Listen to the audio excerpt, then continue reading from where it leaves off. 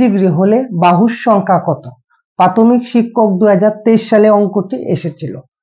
বহুভুজ কাকে বলা হয়? 3 বা ততোধিক বাহু দ্বারা আবদ্ধ ক্ষেত্রকে বহুভুজ বলা হয়।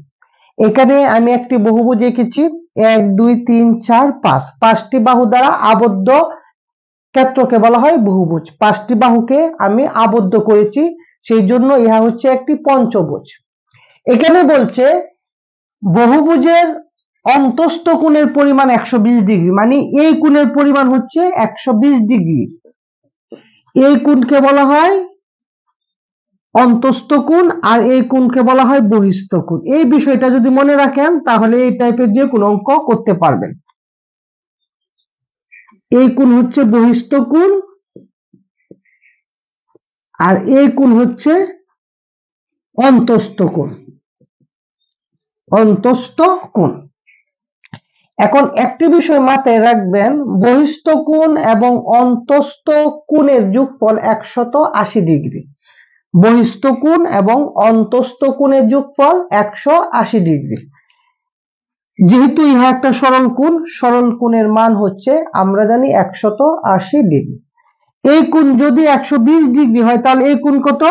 এই কোণটা হবে 60 ডিগ্রি। কেন 60 ডিগ্রি?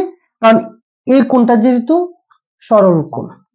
তো এখন দেখেন এখানে বলছে আমাকে কিসের বাহুর সংখ্যা বের করার জন্য? আমাকে বলছে বাহুর সংখ্যা বের করার জন্য। যদি কোনো বহুভুজের অন্তস্থ কোণের পরিমাণ 120 ডিগ্রি হয় তাহলে বাহুর সংখ্যা কত? তো বাহুর সংখ্যা আপনি কিভাবে বের করবেন? অন্তস্থ কোণ যদি 120 ডিগ্রি হয় তাহলে বহিস্থ কোণ কত ডিগ্রি? 60 ডিগ্রি। যে কোনো বহুভুজের সবগুলো বহিস্থ কোণের যোগফল হচ্ছে 360 ডিগ্রি। এই 360 ডিগ্রিকে আপনি যদি বহিস্থ কোণ দ্বারা ভাগ করেন তাহলে বাহু কয়টি তা আপনি পেয়ে যাবেন। 0 0 কাটা, 36কে 6 দিয়ে ভাগ করলে হবে 6। তাহলে বাহুর সংখ্যা কয়টি? বাহু হচ্ছে 6টি। আপনি এইভাবে যে কোনো অঙ্ক পরীক্ষায় করতে পারবেন। এখন যদি আপনাকে এরকম বলতো